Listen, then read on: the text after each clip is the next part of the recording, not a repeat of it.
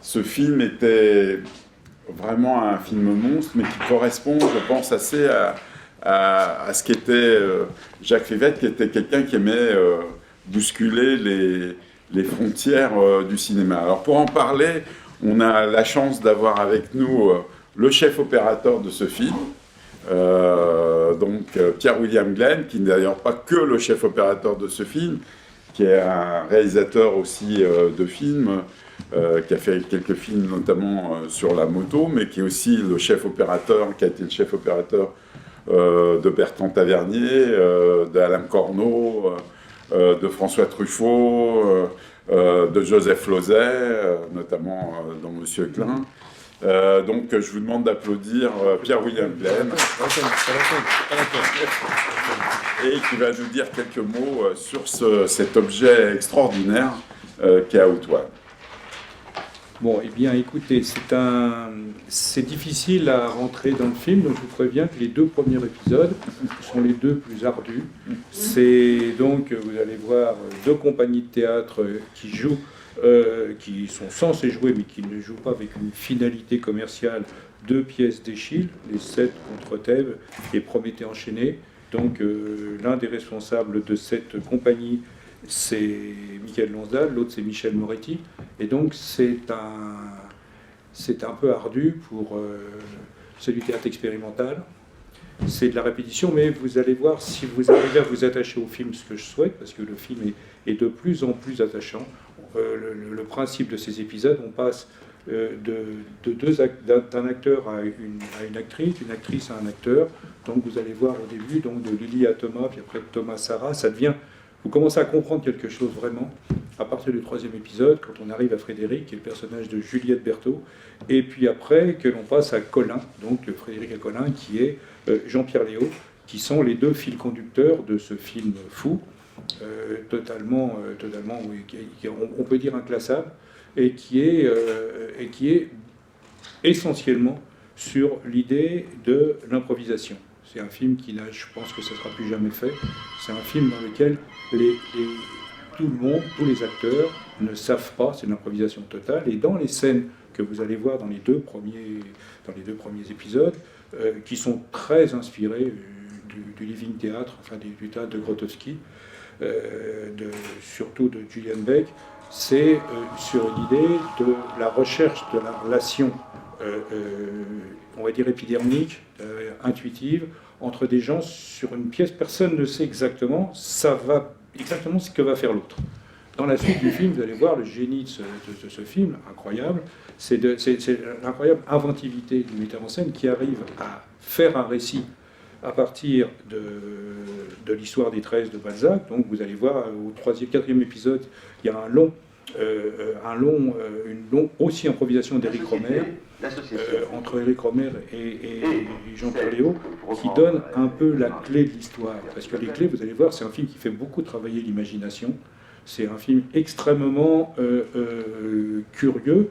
Et si vous arrivez à vous attacher au personnage, c'est un peu difficile au début, parce que c'est des vociférations, c'est relativement... ça s'arrête au moment de la violence, mais c'est tout à fait... Alors, ce qui est curieux, c'est que, comme les acteurs, c'est un film qui m'a énormément marqué dans ma vie, je m'en suis rendu compte après, mais à ce moment, dans la jubilation d'un tournage insensé, où c'était très fatigant physiquement, j'étais aussi, moi, considéré comme un acteur, c'est-à-dire que je faisais partie du dispositif de répétition, et j'avais pas plus d'indications que les acteurs. Donc il y a un côté très, on va dire... jubilatoire d'avoir l'impression qu'on fait la mise en scène quand on ne la fait pas.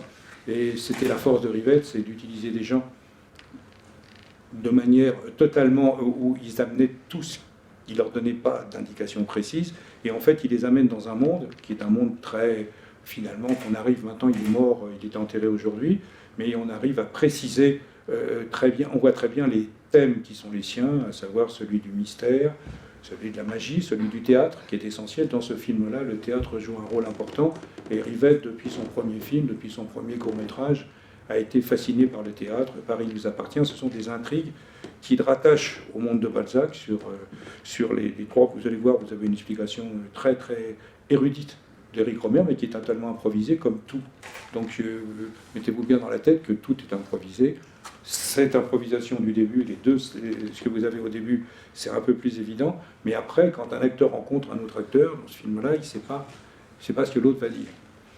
Et ça rentre dans un monde, donc, et Rivette, à partir de ça, construit une dramaturgie assez bluffante, et qui est sur le thème du jeu, J-E-U, le jeu, et les acteurs ne sont pas considérés comme des personnages, mais beaucoup plus comme des acteurs. Il leur demande de donner quelque chose et d'aller de se plonger dans l'inattendu, dans l'inconnu. Ce que j'ai fait moi, puisque moi, je n'avais pas d'indication. Donc la manière de filmer, c'est pour ça que c'est aussi excitant pour moi de le revoir, puisque j'ai revu ça, je l'avais vu il y a en 71, c'est repassé en 89, et puis j'ai passé 4 mois de cette année là à restaurer le film, et vous le voyez sur un grand écran. Le film n'a jamais existé en fait sur grand écran jusqu'au mois d'octobre de cette année, octobre-novembre, je l'ai vu, donc j'ai passé 4 mois chez Technicolor pour repartir d'un tournage donc assez incroyable, et j'ai retrouvé ce qui est aussi, on va dire, la magie du cinéma. J'ai retrouvé toutes les sensations que j'avais au tournage, et il y a encore un phénomène un peu inexplicable, c'est qu'à la 3e fois où j'ai revu ces 12h40 pour les étalonner, c'était muet bien sûr, la 4e était sonore, mais je me rappelais du texte. Donc il y a quelque chose qui marche sur la mémoire, je crois qu'il parle beaucoup du cinéma, puisque le cinéma est très lié à notre mémoire, et le cinéma, ça nous apprend toujours quelque chose sur nous. J'ai appris beaucoup sur moi dans ce film-là, et je m'en suis rendu compte que récemment, c'est-à-dire que ça a marqué, ce film a beaucoup marqué ma vie sur une disponibilité par rapport à la mise en scène que je n'avais pas analysé à ce moment-là. Effectivement, c'était un ami de Truffaut. Sur l'existence de ce film, j'ai été présenté à Truffaut, et j'ai fait 3 films avec lui après. Mais en fait, sur ma manière de faire et de réfléchir le cinéma, sur un film où j'avais pas d'indication, j'ai fait c'est pas mal, c'est très compliqué à faire. Hein. Je dis ça compliqué parce que c'est du son direct, il n'y a pas de son, il n'y a aucun son n'est doublé, il n'y a pas eu de post-synchro, et donc c'est du son direct avec une caméra. La plupart du temps, dans les 2 épisodes, c'est toujours à la main, et vous voyez la longueur du temps qu'il fallait tourner pour qu'on ait fait 12h40 en 6 semaines. On a tourné le film aussi assez rapidement. Donc les disponibilités, les problèmes de lumière, alors vous allez voir des ondes de perche que je ne pouvais pas éviter, il y a un dialogue continu avec l'homme du son, et surtout il y a un truc très curieux que j'ai vu dans le film, c'est-à-dire qu'on doit apprendre au cadre au début, quand on commence, à fermer un œil pour regarder dans la caméra. Il fallait que j'aie toujours les 2 yeux ouverts pour savoir ce qui allait se passer autour, savoir où j'allais aller. Et je me suis rendu compte que Rivette me regardait autant moi que les acteurs.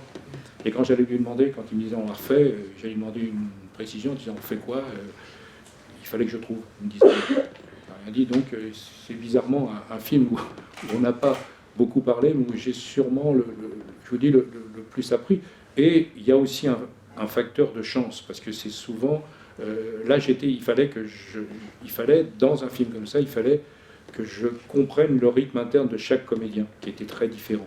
Donc quand les gens se rapprochent, il faut savoir avec lequel il faut se rapprocher. Vous allez voir après, il y a énormément de plans à la main, il y a énormément de plans très longs qui durent 10 minutes, où on traverse les rues sans répétition, sans prévenir, sans rien, et apprendre à comprendre comment un comédien va bouger sans qu'il vous le dise, apprendre à marcher avec lui, apprendre à marcher sans que ça bouge, sans que ça soit bien, c'est plutôt assez réussi. C'est pour ça que je présente le film un peu partout, parce que j'aime bien voir.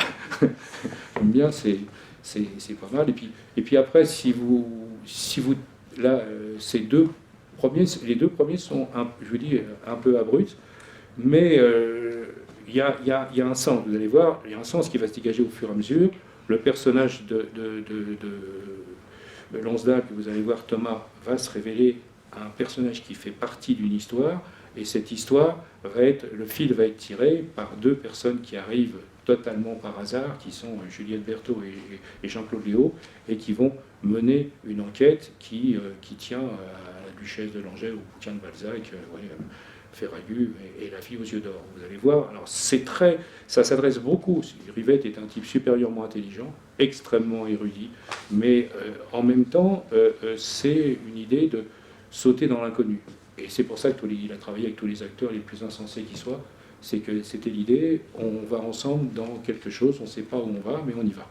Et donc cette idée-là, pour mon boulot, ça a été formidable comme expérience. Mais tous les comédiens, vous avez vu la bande de la cheptelle de comédiens qu'il a pu avoir toute sa vie, alors que c'est des films qui, a priori, n'étaient pas des films commerciaux. Il y a une jubilation de l'improvisation et de l'être ensemble, vous voyez, de la collectivité, de se sentir ensemble et de faire quelque chose ensemble que j'ai jamais eu à ce niveau-là. Voilà. Et après, ce premier épisode, je vous préviens que c'est un peu aride, mais je reviendrai voir dans quel état vous êtes, si ça vous va, et si vous avez envie de continuer. Mais ce que je vous conseille, c'est que le film est de plus en plus intriguant et de plus en plus intéressant, et c'est un film dans lequel le mystère, il prétend pas résoudre le mystère. Il parle du hasard, mais il prétend pas le résoudre. Au fur et à mesure qu'on pense qu'on a compris quelque chose, il y a un mystère qui arrive de plus, et c'est assez bluffant. Et ça, c'est une construction qui faisait au jour le jour avec Susan Schiffman. Susan Schiffman, qui était l'assistante de Rivette et qui était l'assistante de Truffaut, qui était une très très grande, qui était script de formation et qui était une assistante. Il l'a mis co-metteur en scène dans le film, et c'est vrai qu'elle avait un rôle essentiel pour essayer de raccommoder toutes ces histoires qui vont vous être, et qui en font qu'une sur la fin. Vous allez voir. Alors voilà, bon, j'en ai dit pas mal. Vous verrez de manière récurrente le théâtre, le principe du jeu théâtre revenir dans le film, et la tragédie. Les tragédies d'Eschyle sont signifiantes aussi, parce que ce qui est intéressant quand on est un metteur en scène constitué, c'est que en fait, au fond, tout signifie. On a l'impression que c'est un peu, ça part dans tous les sens, puis en fait, au fur et à mesure, tout signifie. Filmer un acteur qui se lève, on peut répéter 10 fois, on va lui couper la tête, il va pas se lever en rythme et tout, et puis là dans le film, tous les gens, je suis avec eux, quoi. C'est ça qui est. Et je vous dis, il y a quelque chose qui est très, pour moi, très, comment dirais-je, gratifiant. Parce que là, les gens me disent, là j'ai vu, le film a été revu, ils me disent, on a l'impression que ça a été très très très répété. Et en fait, c'était l'atmosphère créée par la mise en scène et les conditions de liberté qui étaient données à tout le monde. C'est ça qui est passionnant. Et il faut que le spectateur y retrouve sa liberté, mais je crois que vous allez y arriver. Vous avez fait le plus dur, là. Le théâtre expérimental, vous avez encore un petit bout, et puis après, ça décolle. Après, enfin, je dis ça décolle, c'est ce qui parle à votre imagination, c'est chercher des personnages qui vont se lier les uns avec les autres. Les uns vont vous amener aux autres progressivement, et l'histoire, vous allez la faire. Et c'est ça qui est l'histoire, vous allez la faire. Vous y arrivez, là. Voilà. Je vous assure que le numéro 3 déjà commence par quelque chose d'assez fort. Donc, alors, le truc qui est bien aussi, c'est que beaucoup de gens là-dedans sont morts, et je revois ça avec... Il y a beaucoup de gens, et beaucoup de gens dans ce film ont fait comme par hasard les acteurs, le type qui fait les photos, Pierre Zucca, qui a fait 3 longs métrages, beaucoup sont devenus metteurs en scène. Stévenin, il y a beaucoup, Juliette Berthaud, il y a beaucoup de gens de ce film. Il y a tout un appel, une émulation de la mise en scène là, dans ce film-là, qui a impliqué beaucoup de gens qui étaient dans le film. Alors vous allez voir après, vous allez voir Barbet Schroeder, il y a beaucoup de... Éric Rohmer. Vous avez Éric Rohmer, vous voyez, c'est... Et Rohmer, c'est le 3. C'est 3. Et Rohmer, vous allez voir, c'est assez joli. Et c'était intéressant, mais ça c'est cinéphilique aussi, c'est que, en fait, Rivette et Rohmer s'étaient fâchés en 1963, quand Rivette a pris la direction des cahiers du cinéma à la place de Rohmer. Donc ils s'étaient fâchés, ils ne se parlaient pas. Ces deux visions, ces deux idées du cinéma, il y en a un qui reprochait à l'autre d'être un petit peu trop pro-américain, les films américains, c'était assez rigolo. Ça n'a pas tenu longtemps, mais pendant 2 ans, Rivette a été à la direction, ils ne se parlaient plus, et sur ce film-là, ils se sont reparlés. Et bien, vous allez voir ce qu'il fait là. Ce qu'il raconte, quand vous pensez qu'il n'y a pas de texte écrit, et puis la manière dont il parle de l'univers de Balzac, Rohmer, vous allez voir, c'est marrant. Le but des personnages est de substituer à la conspiration permanente du mal une sorte de conspiration du bien. Et pour faire le bien, les personnages emploient des procédés de conspirateurs qui sont assez voisins des procédés des 13. Le 3e, là, vous allez voir les personnages principaux et le principe de la construction de l'intrigue sur des personnages qui feraient partie des 13. Les 3 épisodes qui arrivent sont assez, je vais dire, plus explicites. Et puis c'est le moment de l'identification. Je dirais, le moment où vous allez dire, tiens, moi je ressemblerais plutôt à ça, je ressemblerais plutôt à ça. C'est aussi la grande liberté qui vous est laissée, celle de l'identification avec des personnages, qui n'est pas le but du jeu, c'est le cas de le dire, du jeu GEU. Mais vous allez voir, là, il y a des personnages qui sont de plus en plus attachants, que ce soit et qui commencent à presque arriver à des personnages. Je pense à Lonsdale, vous allez voir, il est pas loin d'un personnage, il a joué. C'est le jeu, c'est l'acteur qui était intéressant, mais là, ça devient, je pense que dans ces 3 épisodes-là qui viennent, le principe même du film, c'est-à-dire les acteurs plus intéressants que les personnages, là, les gens dans le film commencent à prendre, à mon avis, des personnages. Pour Juliette, un personnage de théâtre très plus typé, c'est quelqu'un qui joue à jouer, mais ça devient un personnage. Et puis je pense que là, la vie sentimentale de Lonsdale va arriver dans l'histoire. Vous allez voir Bernadette Lafont un peu plus signifiante. Vous allez voir aussi, il développe les histoires de couple à 3, c'est-à-dire les idées d'amour. Alors c'est très très chaste chez Rivette, c'est jamais très graveleux, mais vous allez voir comment il y a une scène assez insensée entre Bernadette Lafont et puis la petite Moati là, et Lonsdale, qui est assez étonnante, où je savais pas encore une fois ce que j'allais faire. Ces 3 personnes qui ne veulent rien se dire, et puis Lonsdale qui essaye d'installer une relation entre les 3. Vous allez voir ça, c'est assez curieux.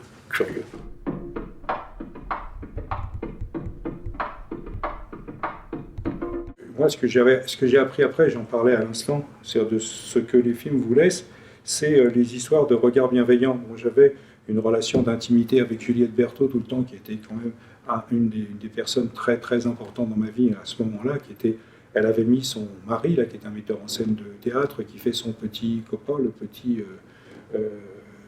garçon qui a un petit chien, qui est son ami homosexuel auquel elle se confie, vous l'avez vu déjà, et vous allez le revoir dans le film. Et il y avait quelque chose de très... Je me suis rendu compte que je la filmais mieux que les autres. Et ça, c'est aussi un truc que je me suis rendu compte, que je prendrais plus de soin sur elle, qui avait toujours... Alors on ne voit pas, ce qui est bien dans ce film-là, c'est que c'est quand même un film dans lequel il y a la lumière discrète, mais il y en a, et qu'on ne la voit pas du tout sur elle, et que c'était... dans les extérieurs, n'en parlons pas, mais dans les intérieurs, dans sa manière de sa petite maison et tout ça, on ne pouvait pas filmer. La pellicule, à ce moment-là, était peu sensible. Il fallait toujours éclairer, il y avait toujours un niveau minimum nécessaire, bien je tournais avec ce qu'il y avait de plus perfectionné en optique à ce moment-là. Et je me suis rendu compte, quand j'ai revu le film, je le voyais à ce moment-là, tout le monde me dit « Attends, elle est superbe et tout ça », puis elle se trouvait très très bien. Mais il y avait, hier on dit « Je t'aime, je te filme », mais il y a toujours, on se rend compte quand on est opérateur, il y a les gens qu'on aime et qu'on n'aime pas, il faut faire très attention à ne pas être très injuste dans la manière de filmer les gens, parce qu'il y a les gens qu'on filme avec beaucoup d'attention, et puis ceux qu'on filme sans vraiment d'attention. Alors ça m'a toujours marqué. Après, je m'en suis rendu compte sur les films d'après, sur les trucs de Truffaut, sur une manière d'attention qu'on a, et comment, et j'ai compris pourquoi beaucoup d'acteurs, ça m'est arrivé 2 fois, 3 fois, des acteurs veulent être filmés par un chef-op. Dans l'histoire du cinéma, dans les années 30-40, où on connaît toutes ces histoires de metteurs en scène tombant amoureux de leurs actrices, mais il y a beaucoup d'histoires d'intimité dans l'histoire entre des actrices et des acteurs et les gens qui les filment, qui se prolongent dans la vie. Un film de 12h40 n'avait jamais été fait de cette manière. Il y a eu des films de 9h, il y a des films chinois, il y a des films de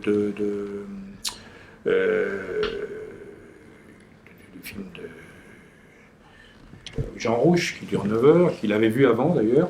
Et l'idée de faire un film comme ça, c'était une aventure totalement, je vais dire, non commerciale. Et c'est pour ça que le film s'appelle Out One, c'est-à-dire il y a les gens qui sont in à la mode. Et l'idée de faire out, c'est-à-dire je ne suis pas dans le système. Et ça sera la première fois où on fera un film de 12h40 sans finalité commerciale. On ne peut pas dire que Rivette était quelqu'un qui est aspiré à un moment ou à un autre à un succès commercial, et c'est d'ailleurs, je pense, la lumière de la nouvelle vague avec Godard maintenant. C'est des gens qui sont restés très très intègres et très... ils ont suivi les principes qui les guidaient dans la critique.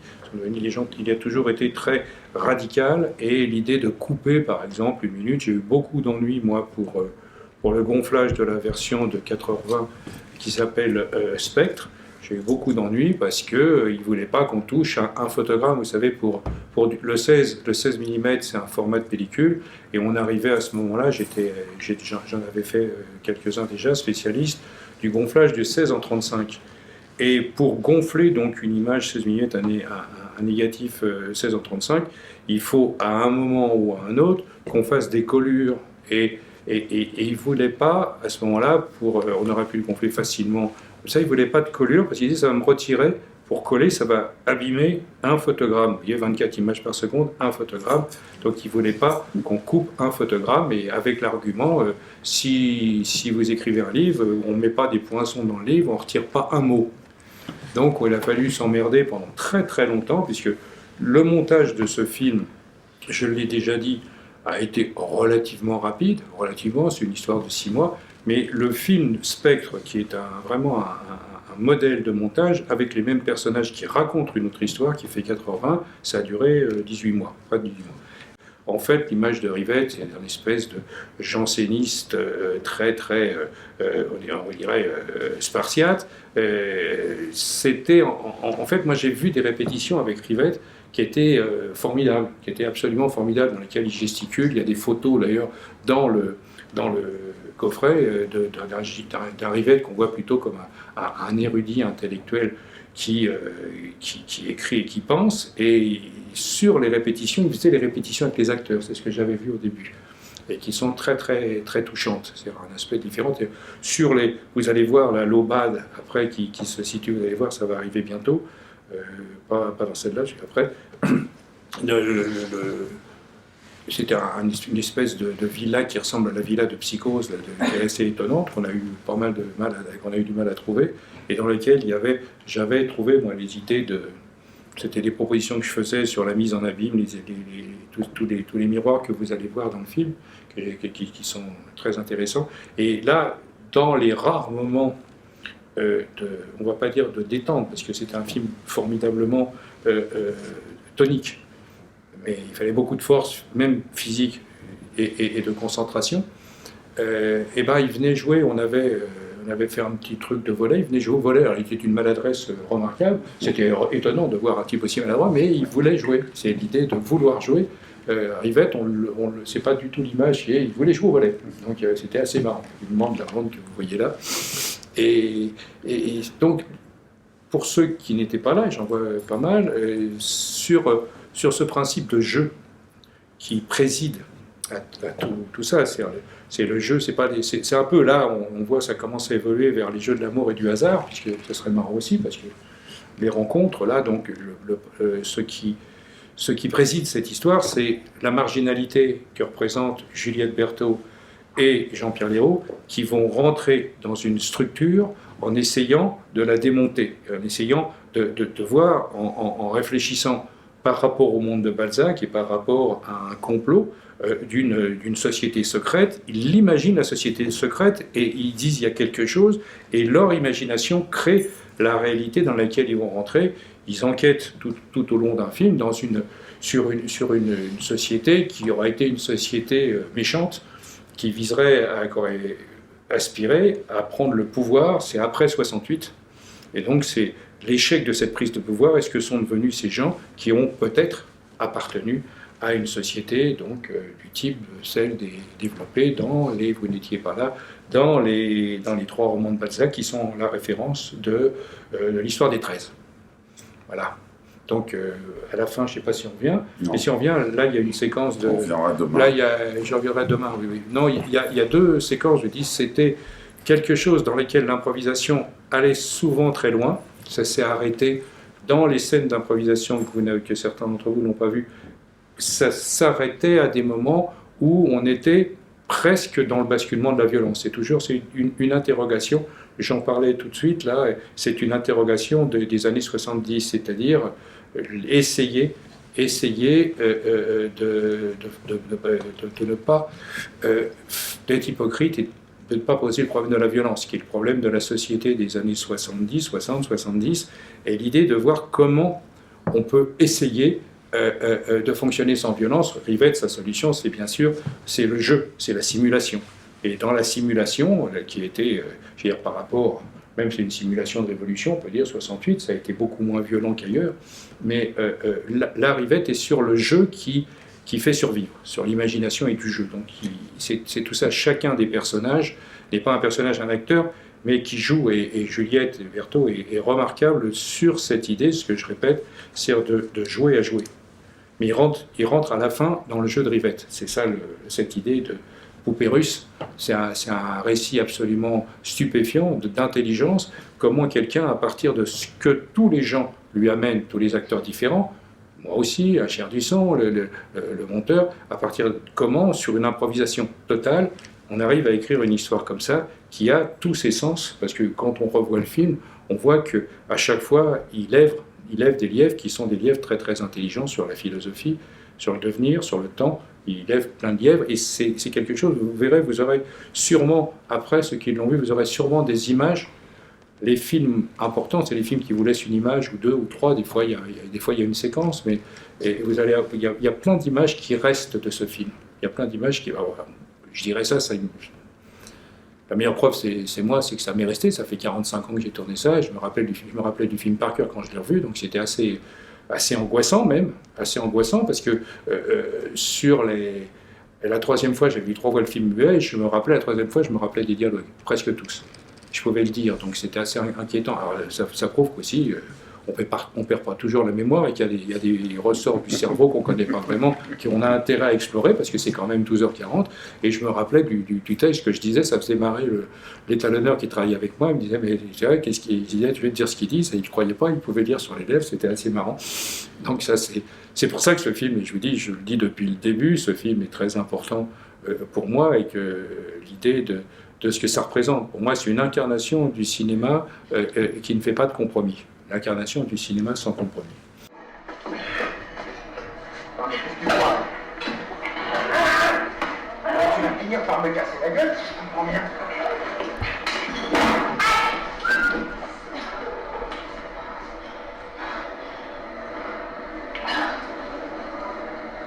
Vous allez avoir tous ces gens qui, en fait, sur l'échec de leur complot, en sont les deux groupes. Vous avez vu, les deux groupes se désagrègent. Et il reste derrière tout ça, mais vous verrez aussi dans les 2 épisodes suivants ce que représente Lonsdale, c'est-à-dire un rêve évanoui, la fin d'une utopie et l'idée de la solution, comme je vous l'ai dit, la solution individuelle, qui est, sans que ce soit un échec, et puis aussi l'échec de l'utopie avec le destin de Frédéric, et puis celui de Colin, qui reste dans les limbes. Donc cette idée du rapport, alors c'est toujours difficile de tisser des rapports entre le politique et le rêve, mais entre le politique et l'utopie, il y a quelque chose de très, très important, de fondamental en fait. Et les deux personnages qui sont des personnages utopiques dans l'histoire, qui sont Frédéric et Colin, sont des personnages qui vont nous faire comprendre l'échec du complot et sans revendication sociale. On a parlé Balzac parlait très bien, vous avez vu chez Romer, Balzac parlait très très bien du bien fondé des associations et de leur côté social. Là, c'est la dégénérescence d'un groupe qui échoue. Une idée de complot qui n'est pas un complot politique, et qu'il devrait l'être, mais ça c'est le commentaire que je veux en tirer, qu'il devrait l'être et qui est amené à échouer. Alors sur ce qui va suivre, je veux dire, le personnage qui est pour moi, et j'ai trouvé ça très judicieux qu'on signale, le personnage de gourou, de maître, de manipulateur, qu'est Michael Lonsdale, vous allez voir sur les deux ce qui va suivre là, sur son échec aussi, à mon avis, en tant que gourou. Voilà, vous allez voir ça aussi. C'est-à-dire que d'un côté, Michel Moretti va abandonner, et puis de l'autre côté, ce qui va rester, c'est Thomas. Thomas va rester avec ses rêves et ça a une finalité égoïste qui le mène à pas grand-chose. Donc c'est toujours Et bien sûr, la solution de Rivette, elle est évidemment dans le principe de jeu éternel, et donc qui est un jeu, on va dire, métaphysique, rien d'autre ne l'intéresse. Et même le complot, vous avez, il y a beaucoup de jeux dans ce film, il y a des jeux d'échecs, en fait, ce film, c'est un jeu de loi dans Paris, mais il y a beaucoup de principes de jeu qui sont posés, et pour lui, sa solution, c'est l'aléatoire et quasiment une théorie sur l'idée qu'on survit par le jeu. Et c'est pour ça, à mon avis, qu'il est aussi fasciné par les acteurs. Bon, c'est ce que je dis. L'état de mes tergiversations après 45 ans, il était temps que j'arrive à faire, à tirer la leçon personnelle, je l'ai bien tirée. Sur le film lui-même, c'est tellement un film ouvert qu'il permet les interprétations comme la mienne en ce moment. Il n'y a pas beaucoup de gens qui se sont penchés sur la personne de Rivette qui a toujours, je vais dire, qui a toujours été dans l'idée d'un complot, on va dire, le principe qu'il y a toujours, et ça c'est politique aussi, mais il ne le dit pas, sur l'idée d'un complot qui n'en finit pas. Tous ces films, c'est des histoires de complot. Et c'est la différence, et c'est le rapport entre ce qu'on imagine et ce qu'on peut incarner. C'est ce qu'on imagine dans le jeu, et ce qu'on peut incarner. Vous avez ça dans La Belle Noiseuse. Je crois qu'il y a des thèmes là de vrais auteurs, d'auteurs qui a toujours parlé de la nécessité du jeu en tant que survie. Voilà. Ça, c'est pour moi ce que j'ai vu dans ce film-là. Je l'ai vu très, très précisément. Alors, je vous dis, dans le rapport qu'on a conservé tous les acteurs que je revois maintenant, puisque j'ai vu Bulogier quand le film est ressorti, j'ai pas vu malheureusement, bien évidemment, Bernadette Lafont, et puis vous avez les gens aussi qui ne s'impliquent, qui ont du mal à s'impliquer dans le jeu. Vous avez vu, alors les deux, dans la réalité du tournage, les deux personnes qui s'impliquaient mal, c'était Françoise Fabian, elle a raccroché, et surtout Bernadette Lafont, qui était effectivement extrêmement réticente à plonger, à sauter dans le vide. Elle était très réticente, et c'est pour ça que vous avez une attitude assez très, très mutique dans tout ce qui se passe, et vous allez voir une des scènes hallucinantes là, qui se répète pendant pas mal de temps entre elle et Bulogier, à l'Aubade. Vous allez voir quelque chose qui mériterait, je vais dire, ça reste dans les annales de l'absurde et de l'impossible, et en fait c'est tellement bizarre cette répétition que ça devient une mise en scène sur des personnages qui sont mûrs en eux-mêmes, qui ne peuvent pas se parler et qui répètent les mêmes choses, et c'est monté en boucle. Vous allez voir, c'est une scène assez incroyable. C'est incroyable. Pourquoi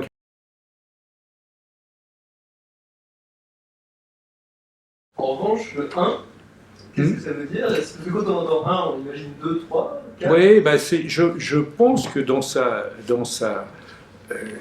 rêverie, il pensait qu'il allait en faire d'autres comme ça, moi je pense. Je pense que l'idée, et puis tous les films qu'il a fait, c'est-à-dire des films dans lesquels il n'y a pas de longueur de montage a priori, je crois qu'il s'est, toute sa vie, ça a été, tous les gens disaient, mais pourquoi Céline et Julie, ça dure 3h15, et je me rappelle des gens qui venaient le voir, et puis c'était même des gens comme Barbet Schroeder, tout ça, qui lui disaient, qui voyaient les films, ils disaient, mais si ça dure 2 heures, c'est vachement bien, c'est un grand film, 3h15, tu vas emmerder tout le monde, et puis il tenait. Alors, il n'a jamais retiré une image de ce qu'il pensait être, lui, des durées, et il aurait fait durer les films. C'est un type qui passait sa vie, c'est dans le monde de la fascination de la salle de cinéma et du rêve, et donc pour lui, il n'y a pas de temps, c'est le théâtre nous, c'est qu'on soit dans le théâtre, et puis on peut rester 8 heures, c'était son idée de la vie, quoi. C'est-à-dire, et Out 1, moi je pense qu'il, quand il dit 1, il dit c'est pas fini. Il y a 2, 3, comme vous dites, moi je pense que dans sa tête, c'est pour ça qu'il tenait à 1, et puis qu'il ne voulait pas être anglicisé. Out One. Je crois que c'est lui en même temps, ne touchez pas à mon intégrité de créateur et d'auteur. Je crois que c'est quelque chose qui concerne Rivette lui-même. Ne me touche pas, c'est ne me touchez pas, et laissez-moi faire ce que je veux. Je pense qu'il y a ça. Quant à Sylvain, effectivement, quand il ne me touche pas, il était assez agressif, il était toujours bordure, et en même temps, il ne voulait pas qu'on le touche. Et donc ça fait des improvisations assez curieuses, parce qu'il est plein, cet acteur est plein d'énergie. Et autant on le voit mordre Louis de Moitié, on le voit faire des choses assez toujours bordure. J'avais l'impression qu'il allait exploser tout le temps, et en même temps il dit il ne touche pas. Ce qui était, je sais. Alors je lui ai parlé parce qu'il était là, et il s'est revu avec, il était totalement stupéfait de se voir comme ça. et il a 45 ans de plus, il était avec sa femme, là, donc, et qui joue aussi dans le film. Et alors, je lui ai posé la question, je lui ai dit, touche pas, ça te concerne? Il me dit non, ça ne me concernait pas. Alors, il m'a dit, non. Si ça te concerne, ne me touche pas, tu dis ça dans le film, parce que tu avais peur qu'on te fasse ce que tu faisais plus systématiquement aux autres, quoi. C'est le plus actif, le plus... Et c'était dire que Rivet est un homme de toucher, ça semble totalement paradoxal, c'est un vrai intellectuel abstrait, c'est un type très, très abstrait, mais en fait, il y a la fascination du toucher. Il traite de ça tout le temps, c'est-à-dire de l'attirance qu'il peut avoir pour les acteurs et la manière dont les gens vont se rapprocher et se toucher. Il ne me touche pas, je crois que c'est la chose dont il a le plus envie. Je vous ai dit, il y avait dans les répétitions, c'était un type très physique, c'était assez rigolo dans les répètes, quand il répétait avec eux, il y a des moments où il y a toute une idée de rapport au toucher, on lui a reproché ce manque de chair dans ses films, et je dirais que c'était presque un manifeste quand il dit ça, lui. Je pense que c'était comme un manifeste, ne me touchez pas, et laissez-moi dans ma chambre, à la Nation. C'est bizarre aussi, c'est le seul metteur en scène avec lequel je n'ai pas eu de rapport, à part le tournage, à part la préparation du tournage, et après le tournage, pendant les rushs et pendant le montage. Mais je crois que c'est même le seul chez qui j'ai pas été. Il était protégé, comme il a été protégé jusqu'à sa mort. Donc l'idée, laissez-moi, je ne dirais pas une tour d'ivoire, parce que c'est un type qui était quand même qui arrivait à communiquer, qui écrivait très bien, et qui a été un critique assez remarquable et tout ça. Mais l'idée ne me touche pas, je crois que c'est sa vie, ça. Touchez pas. Laissez-moi faire ce que j'ai à faire, et ne merdez pas. Je crois que c'est ça. Enfin bon, c'est un peu prosaïque, mais... Enfin, moi je l'ai pris comme ça sur le titre.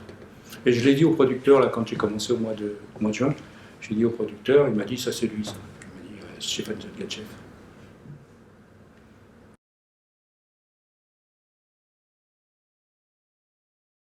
Je fais pas mal de choses toujours un peu limites, quoi, qui frôlent vraiment des trucs très dangereux.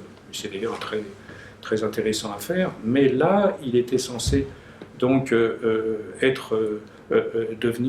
rendre malade. Et il s'est vraiment rendu malade. Il avait un ceinturon, il a commencé à manger un ceinturon, donc à se faire mal, à vomir. Et puis après, il a commencé à tourner en hurlant dans la pièce. Et puis après, il a tapé il a foncé dans l'armoire sur laquelle était l'ingénieur du son, c'était marrant, et moi je tournais avec lui, comme ça, et puis donc on voyait qu'il se faisait mal quand même, et puis il s'est rassis, il était toujours vraiment pas bien, donc il y avait de la bave et tout ça, et il est passé par la fenêtre, et c'est moi qui l'ai rattrapé. C'est qu'il est passé par la fenêtre, donc dans l'idée du désespoir, c'est qu'il a ouvert la fenêtre, et j'avais la caméra, donc je le suivais, et j'ai eu, d'un seul coup, j'ai jeté la caméra à l'assistant, et je l'ai rattrapé. Mais il était au 4e. Et vous voyez, donc l'idée de la transe est tout à fait étonnante, mais c'est l'état dans lequel ce jeu du désespoir l'amenait. Il avait amené ça jusqu'au bout, quoi. Et après, il s'est rassis. Alors, tout le monde est rentré dans la pièce totalement effaré parce qu'ils entendaient hurler, ils entendaient des vociférations et des cris qui étaient vraiment formidables. Mais la scène, je l'ai vu monter dans la première, quand je l'ai vu monter, puis il l'a retiré, il a commencé à mettre des noirs dans la scène, quand ça devenait un petit peu inquiétant, puis j'avais tout en continuité. Puis après, il l'a retiré complètement.